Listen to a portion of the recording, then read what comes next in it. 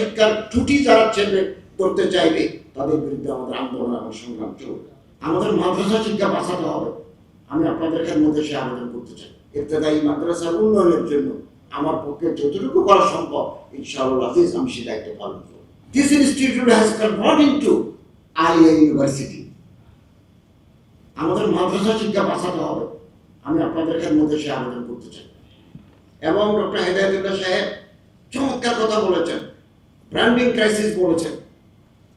ফাজিল কামিল স্তর শিক্ষার্থী তীব্রভাবে কমে যাচ্ছে, নাই কোনো মাদ্রাসা নেই।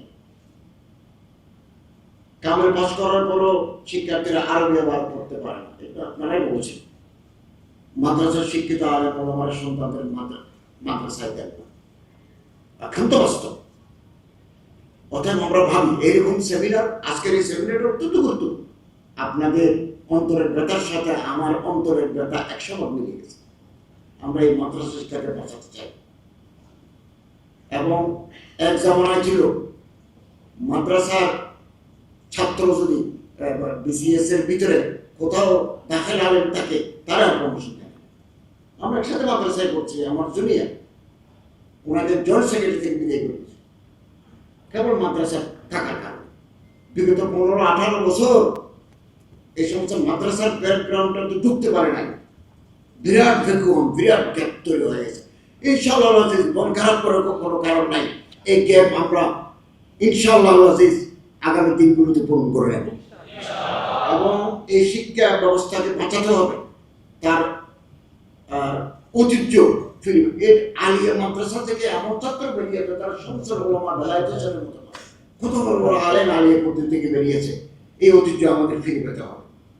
এবং আমরা হতাশ হব না, আশাবাদী হব। আল্লামা ইকবালের একটা কবিতা পড়ে আমি আমার কথা শেষ করবো। না উম্মীদ ন হো আই এতবার আপনি কিস্তে ওয়ারাস সারা নুম হো দুয়ে মিट्टी বড়ে জরখায় রহে সাথে। আমার জমিনে ফসল হয় না, ওয়ারানা হয়ে গেছে। তাই বলে কি আমি বাগান ছেড়ে চলে যাবো, আমার জায়গা ছেড়ে চলে যাবো? না উম্মীদ ন হো আই এতবার আপনি কিস্তে ওয়ারাস। আমার জমিন, আমার পিঠা ওয়ারা হয়ে গেছে। সারা নুম হো দুয়ে মিट्टी বড়ে জরখায় রহে সাথে। একটু পানি দিতে পারলেই নতুন ফসল হবে, নতুন ফুল ফুটবে, ফলে ফুলে সমৃদ্ধ হবে। আসুন না আমরা সবাই মিলে এই আমাদের কিস্তে ময়রাকে আমরা একটা সশব্দ সাদা বাগানে পরিণত করি। মাদ্রাসা শিক্ষা তার ঐতিহ্য ফিরে পাবে আর উন্নত হবে। এবং আমাদেরকে সতর্ক থাকতে হবে যেন ফেসিবাদ আর জন্মগ্রহণ না করে। মাদ্রাসা শিক্ষার ত্রুটি যারা চেপে করতে চাইবে তাদের বিরুদ্ধে আমাদের আন্দোলন এবং সংগ্রাম চলবে। এই ইবতেদায়ী মাদ্রাসার জন্য আমি 4টা আর্টিকেল লিখেছি। আপনারা জানেন 2019 সাল থেকে দৈনিক নয়াদিগন্তে আমি মাসে 4টা করে পোস্ট এডিটোরিয়াল লিখতাম, মাদ্রাসা এডুকেশন নিয়েও লিখেছি। তারপরেও আপনারা যখনই ডাকবেন আমি ইনশাআল্লাহ আজিজ এই আলিয়া মাদ্রাসা, ইবতেদায়ী মাদ্রাসার উন্নয়নের জন্য আমার পক্ষে যতটুকু করা সম্ভব ইনশাআল্লাহ আজিজ আমি সে দায়িত্ব পালন করব। ওয়ালটন এখন দেশের সীমানা পেরিয়ে পৌঁছে গিয়েছে 50টিরও বেশি দেশে। ওয়ালটন, ঘরে ঘরে বিশ্বজুড়ে।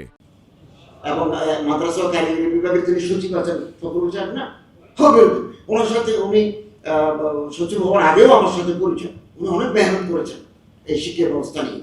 একেবারে একটা মতবাদী একটা শিক্ষা কাঠামো উনি তার করেছেন। ওনার সাথে আমার যোগাযোগ আছে।